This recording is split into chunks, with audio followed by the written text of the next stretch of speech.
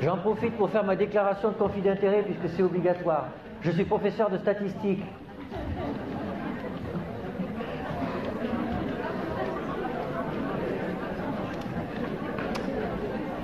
Mais je suis pédopsychiatre aussi et j'exerce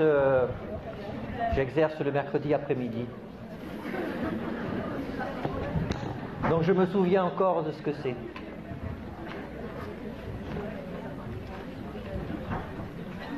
Alors, ce que je vais vous dire n'est pas consensuel du tout.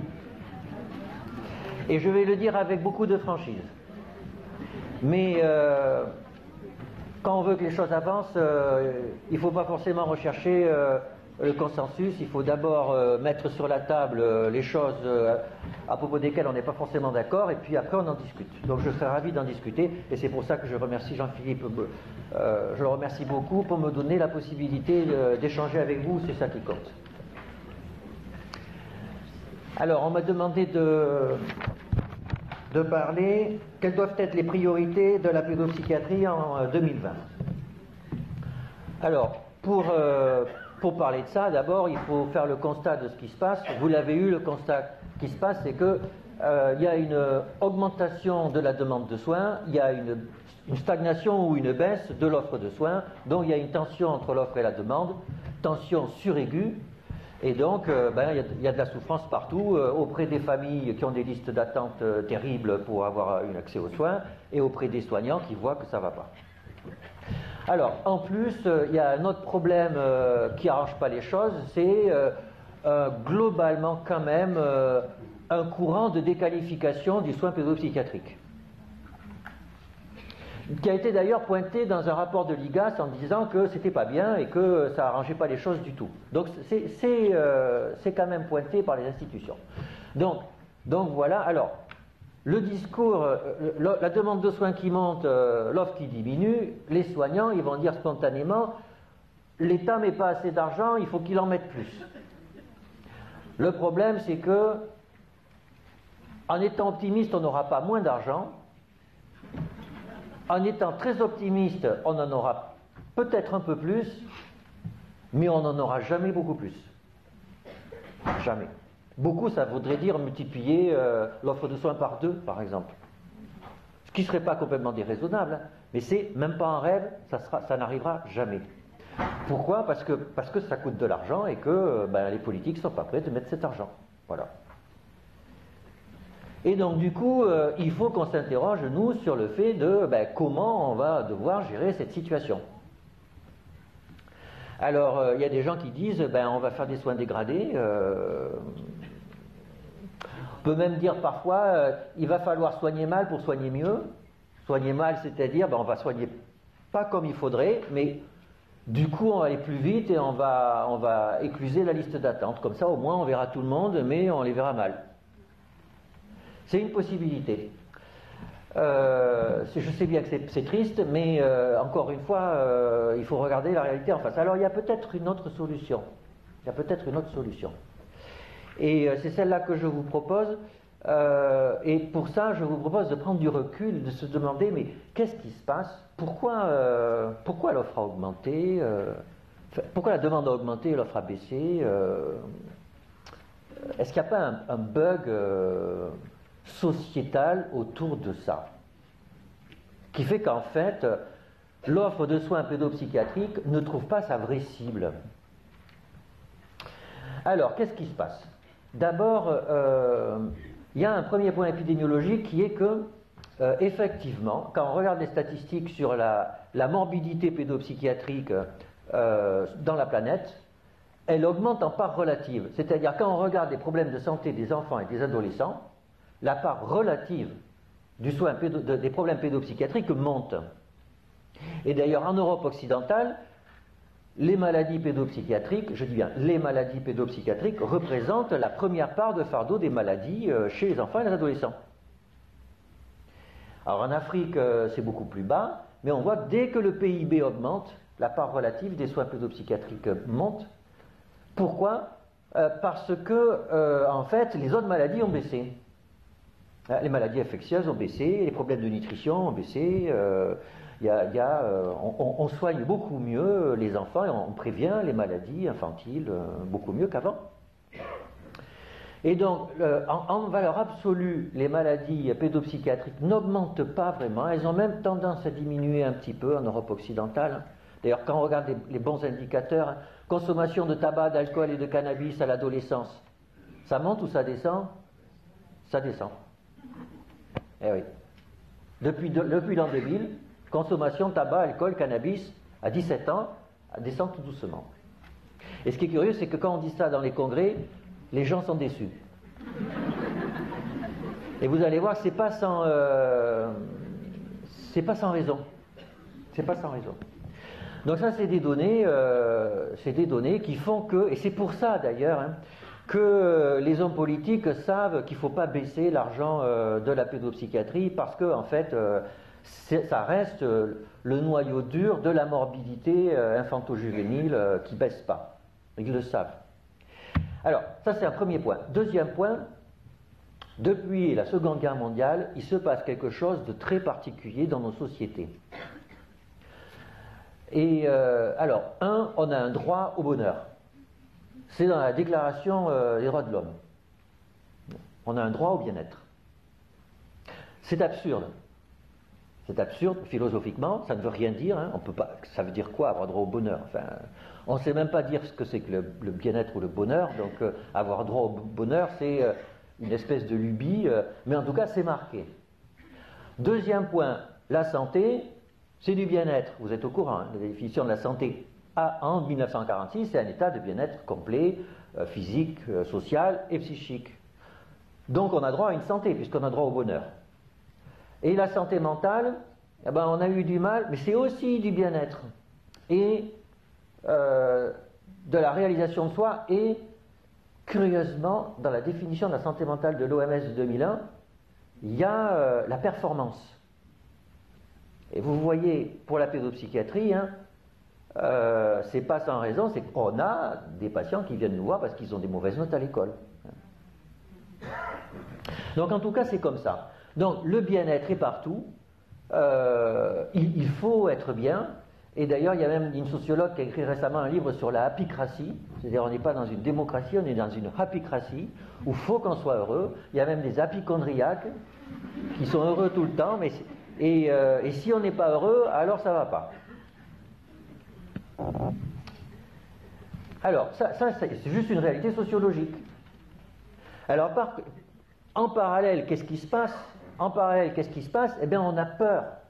On a peur parce qu'on vit des changements extraordinaires avec une digitalisation totale de la société, avec un changement complet des rapports entre les gens avec les réseaux sociaux, et en particulier chez nos jeunes, avec le fait qu'il y a une compétition économique folle et qui fait qu'on a peur que nos enfants soient au chômage, donc on leur met la pression pour qu'ils travaillent bien à l'école, pour avoir un diplôme, parce que comme ça ils ne seront pas chômeurs.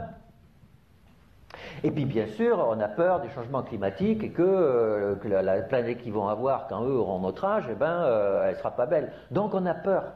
On a peur. En plus, les structures familiales changent beaucoup, et les structures familiales, c'est important pour soutenir une société. Alors chez nous, ça ne change pas trop, mais en Asie, je vous assure que pour eux, c'est un traumatisme majeur. La famille est quelque chose de très très important en Asie, et les familles en Asie sont en train de changer comme nous. C'est-à-dire les enfants, à cause d'Internet, s'individualisent beaucoup et ne veulent pas s'occuper des grands-parents, ils s'en foutent, c'est plus leur problème. Et donc, on a un système social qui se désagrège. Et donc, du coup, la société a peur. Et elle a peur pour ses enfants. Et donc, il y a une espèce d'injonction paradoxale. D'un côté, il faut être heureux. De l'autre côté, on a peur. Et donc, du coup, on met de la santé mentale partout. Partout. Autant l'offre de soins en pédopsychiatrie diminue, autant tout le monde, partout sur la planète, se préoccupe de la santé mentale des enfants et des adolescents. Et il y a plein de stratégies politiques pour améliorer la santé mentale. Et ce qui se passe, c'est que la psychiatrie se dissout dans la santé mentale.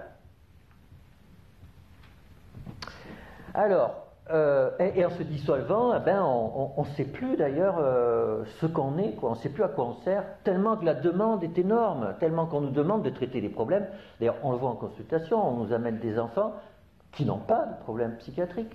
C'est juste une réalité. Et donc, voilà le constat. Alors, pour essayer de reconstruire, ben, je vous propose de revenir aux fondamentaux. C'est pas parce qu'on est à Toulouse. Hein. Finalement, première question, ben, qu'est-ce qu'un pédopsychiatre? Et par exemple, question super sensible, en quoi un pédopsychiatre, c'est pas un psychologue? Quelle est la différence entre un psychiatre et un psychologue? Ben, il faut bien aborder la question. Pourquoi? Ben, parce que le psychiatre est mieux payé que le psychologue. Donc mettez-vous à la place d'un homme politique. Si un psychologue c'est moins payé qu'un psychiatre, pourquoi on utilise des psychiatres? Hein? Donc il faut se demander qu'est-ce qu'un psychiatre? Alors, donc ça va être un peu touchy parce que c'est identitaire. Hein? Alors en avant, c'est quoi un pédopsychiatre? C'est un pédiatre qui fait des psychothérapies? Non. Non, et là je vais y aller franco, un pédopsychiatre ne doit pas être psychothérapeute. Ah. Pourquoi? Parce que ça coûte trop cher. Ça coûte trop cher. Un psychothérapeute, il faut qu'il voit les enfants souvent. On coûte cher. Et on n'est pas meilleur comme psychothérapeute que des psychologues psychothérapeutes. Donc il ne faut pas que ce soit nous qui soyons psychothérapeutes. Alors, un psychiatre peut être formé à la psychothérapie. Très bien. Hein? Un psychiatre peut passer une demi-journée par semaine à faire de la psychothérapie pour se ressourcer, pour rentrer dans une... Mais oui, mais bien sûr. Pour rentrer dans une relation thérapeutique prolongée, hein, pour voir ce que ça fait. Mais parce que, si je vous dis ça, c'est qu'en Amérique du Nord, c'est le cas. C'est le cas. En Amérique du Nord, la plupart des pédopsychiatres ne sont pas psychothérapeutes du tout. Il y en a qui veulent le rester, mais une demi-journée par semaine, c'est tout. Et du coup, ce sont des pédopsychiatres différents. Ça se sent. Il y avoir une pratique psychothérapeutique hebdomadaire, on n'est pas le même médecin. Mais ils ne sont pas psychothérapeutes, au sens que ce n'est pas ça leur corps de métier. Deuxième point, un pédopsychiatre, alors, comme beaucoup de gens pensent, hein, c'est un psychologue ou une psychologue qui donne des pilules. Ben non. Non. D'abord, un psychiatre ou un pédopsychiatre n'est pas un psychologue, c'est pas la même formation. Un psychologue apprend la psychologie et un pédopsychiatre, c'est moyennement la psychologie.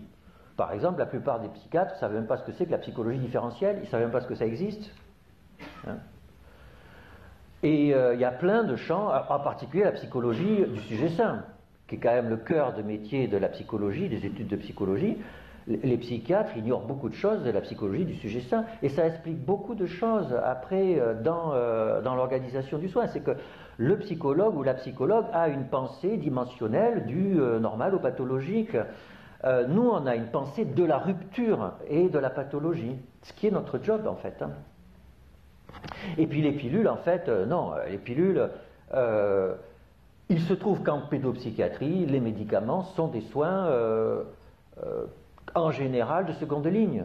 Hein. Dans la dépression, légère à modérée, l'antidépresseur est un soin de seconde intention, c'est juste ce que disent les statistiques. Hein.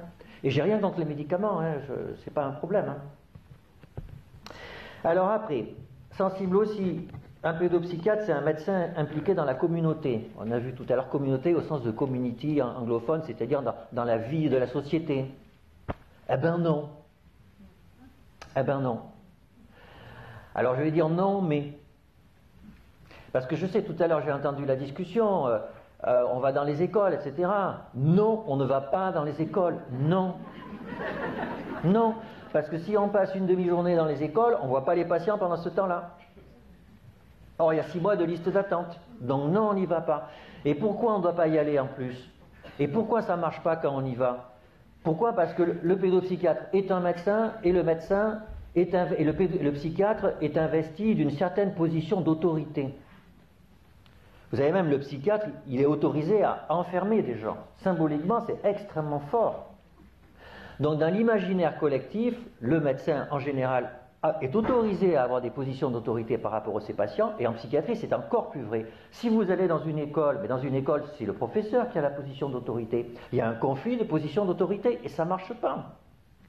Donc il ne faut pas que ce soit les médecins et les psychiatres qui aillent dans les écoles, il faut que ce soit tous les autres, et au choix. Alors dans l'Amérique du Nord, il y a des travailleurs sociaux qui sont formés à ça. Ils sont formés à comprendre le système éducatif et la clinique aussi, et ils font le lien. Hein. Alors, on a le droit d'aller dans les écoles de temps en temps, si ça vous change des idées, vous pouvez y aller. Hein. Mais de temps en temps. Alors, après, un pédopsychiatre, et c'est là que ça le différencie du psychologue, ça a appris ce que c'est qu'un corps, et ça sait toucher un corps. Et ça, alors par exemple, en psychiatrie du tout petit, c'est une évidence, un pédopsychiatre du tout petit, il sait examiner un tout petit. Et ça, c'est un métier. Et de la même façon, à l'adolescence, le corps, c'est important. Alors, tout le monde sait ce que c'est qu'un corps, mais un médecin, ça sait encore mieux ce que c'est qu'un corps, parce que ça a mis les mains dedans. Et les patients, ils le savent. Ils savent que,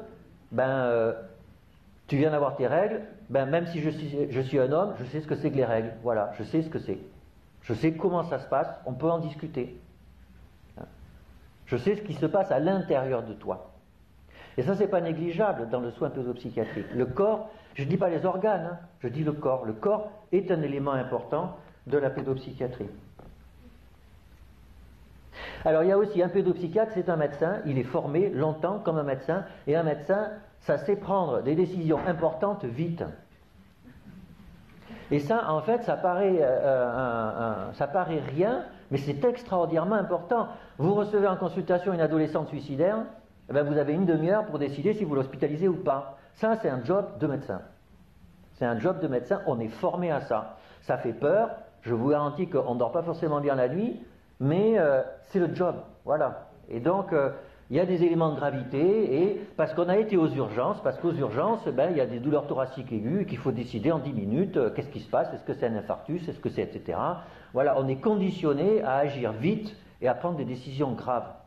C'est comme ça qu'on forme les médecins. Et en pédopsychiatrie, il y a ça aussi. Alors, des choses qu'on oublie aussi, c'est qu'un pédopsychiatre, ça sait faire des entretiens cliniques très spécifiques. L'entretien clinique pédopsychiatrique, c'est un vrai métier. C'est un vrai métier. Il faut du temps pour l'apprendre. Il faut du temps pour apprendre à rentrer en contact avec un enfant et une famille qui vont pas bien et à faire qu'ils parlent. Alors vous me direz, les psychologues, c'est pareil. Oui, on partage, mais on ne fait pas les mêmes entretiens cliniques. Un psychologue ou une psychologue ou une pédopsychiatre, on ne fait pas les mêmes entretiens cliniques. Les notes sont plus sémiologiques, vont plus immédiatement s'accrocher autour de la pathologie. Et c'est un métier à part. Et Jean-Philippe, lundi, nous a fait un très bel exposé sur l'entretien clinique en pédopsychiatrie. Si vous ne l'avez pas déjà fait, il faut lui demander. Et puis, un psychologue ou une psychologue, c'est formé à la psychologie. C'est sa discipline académique, scientifique de référence. Le pédopsychiatre n'a pas de discipline académique, scientifique de référence. Il en a plein. Ça, c'est une vraie spécificité. On doit être formé à la neurobiologie, à la biologie. On doit être formé à la psychologie, quand même un minimum, mais aussi, par exemple, à l'anthropologie. Les caractères transculturels, et ça je l'ai beaucoup appris de Marie-Rose Moreau, qui est vraiment une pionnière en France et sur la planète autour de ça, et ça va devenir de plus en plus important si on a de plus en plus de migrants. On n'imagine pas à quel point, quand on rencontre des familles de cultures totalement différentes, qu'on ne comprend rien à ce qui se passe. Et qu'en fait, on ne soigne pas parce que nos propositions de soins sont perpendiculaires avec leurs attentes. Et donc, ça ne marche pas. Ça ne marche pas. Nous avons l'impression que tous les humains sont pareils. Or, non. Il y a des cultures et les cultures jouent. Et donc, les sciences humaines et sociales, qui ne sont pas la psychologie, sont importantes pour le pédopsychiatre. Donc un pédopsychiatre, et ça fait partie des charmes du métier, doit être cultivé. Donc ça, c'est le pédopsychiatre. Alors après, qu'est-ce qu'un patient pédopsychiatrique ?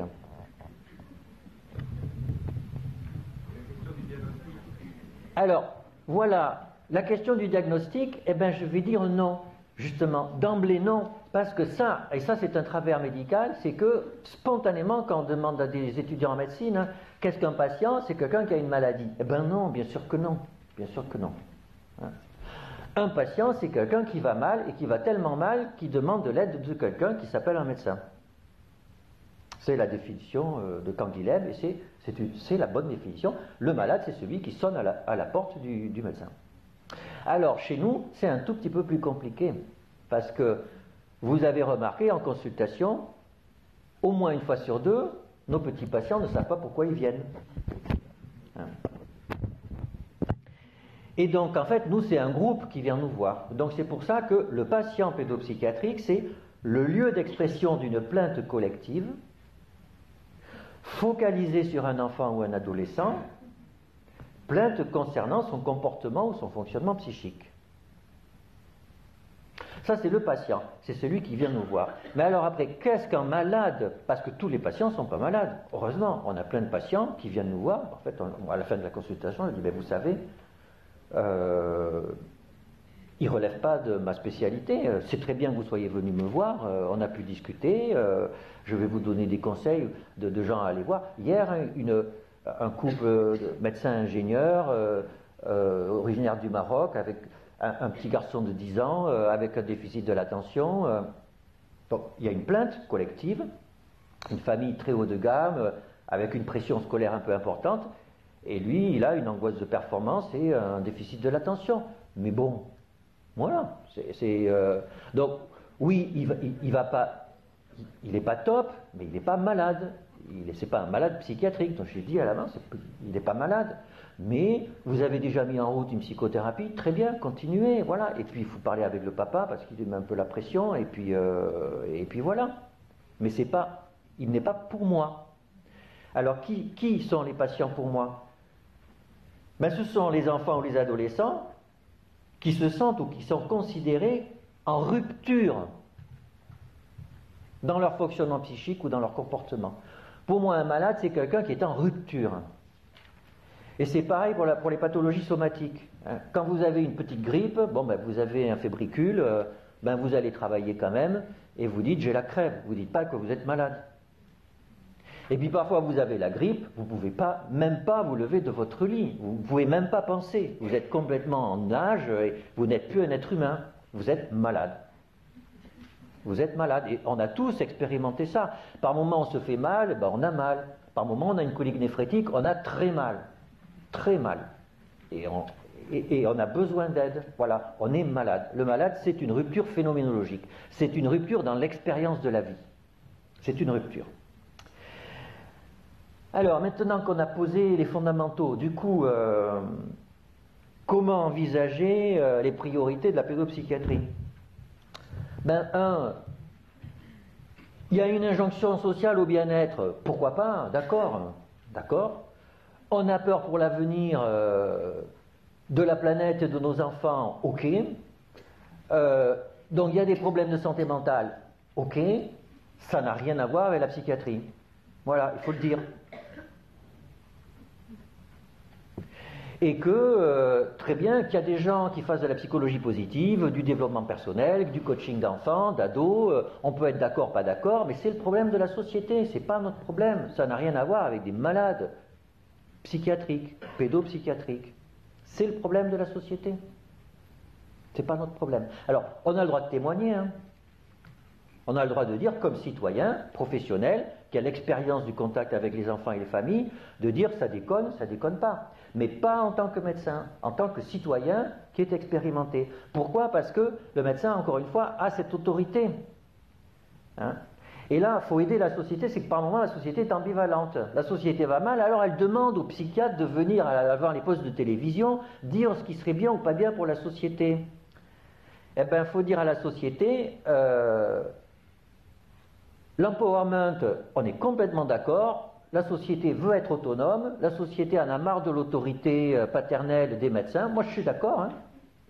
Eh bien, quand on arrive devant les caméras, on n'est plus comme médecin, on est juste là, d'accord, vous me posez une question, je vous réponds, mais faites-en ce que vous voulez, c'est tout. Moi je suis médecin, je m'occupe de malades. Alors du coup, notre métier c'est quoi? Notre métier c'est qu'est-ce qui se passe dans la vie? Il y a des enfants qui naissent, qui sont dans des familles, dans des cultures, dans des sociétés, qui ont des gènes, etc., et qui peuvent avoir des traumas, et voilà, mais malgré tout, ils poussent, et ils se développent, et ils vont bien.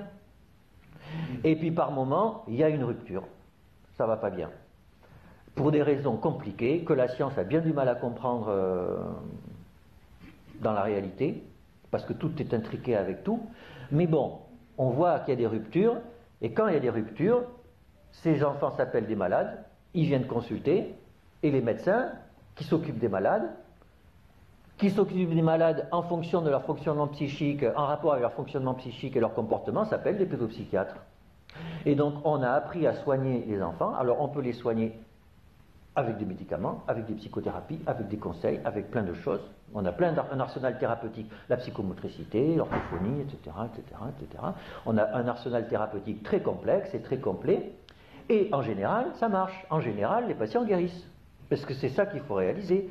Un patient hyperactif, un patient déprimé, un patient qui a un TOC, eh ben, au bout de quelques semaines, quelques mois, ben, il va bien et il est guéri.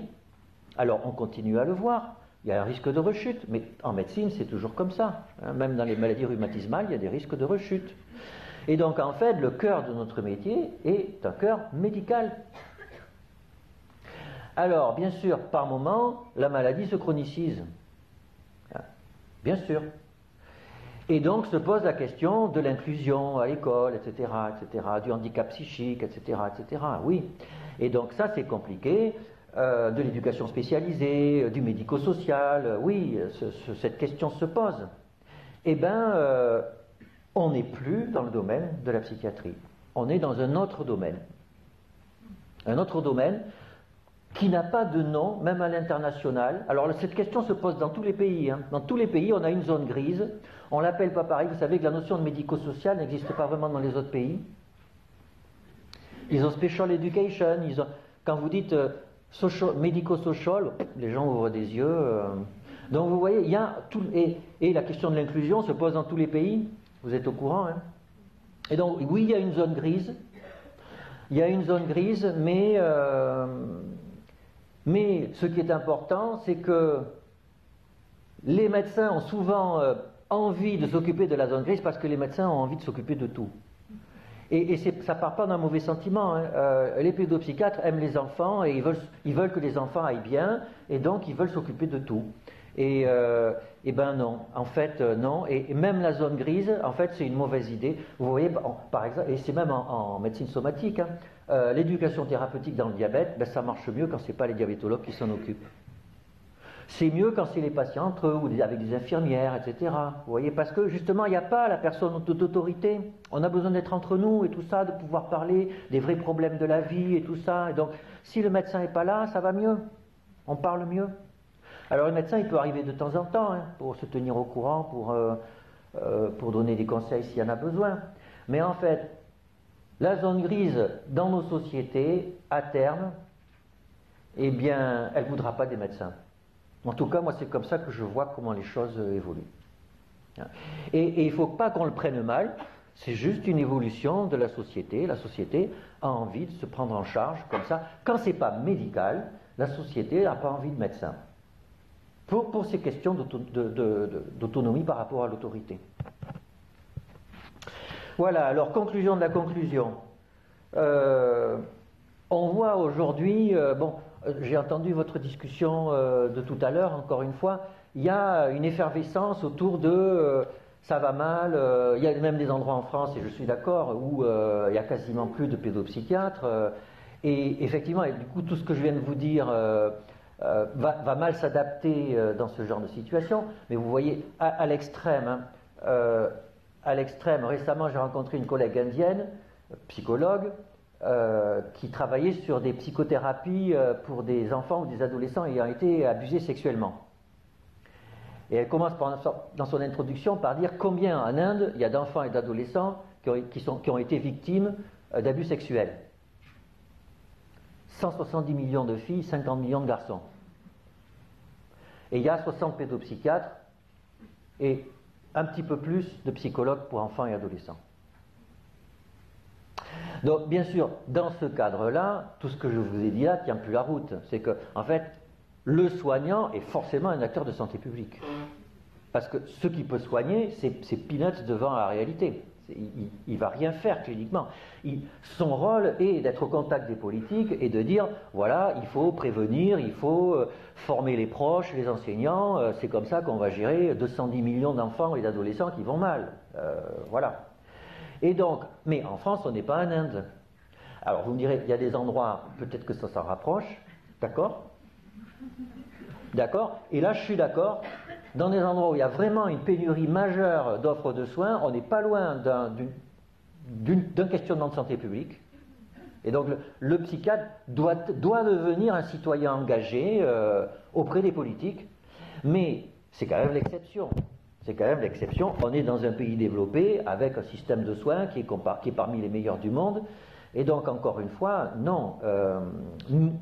Si nous voulons gérer le bazar qui se passe en ce moment, compte tenu du fait que nous n'aurons pas d'offre de soins largement supérieure à celle que nous avons aujourd'hui, il faut que l'on regarde les choses en face et que l'organisation que nous prévoyons pour le futur, eh bien, elle consacre la pédopsychiatrie et les pédopsychiatres à leur cœur de métier, c'est-à-dire des malades pédopsychiatriques.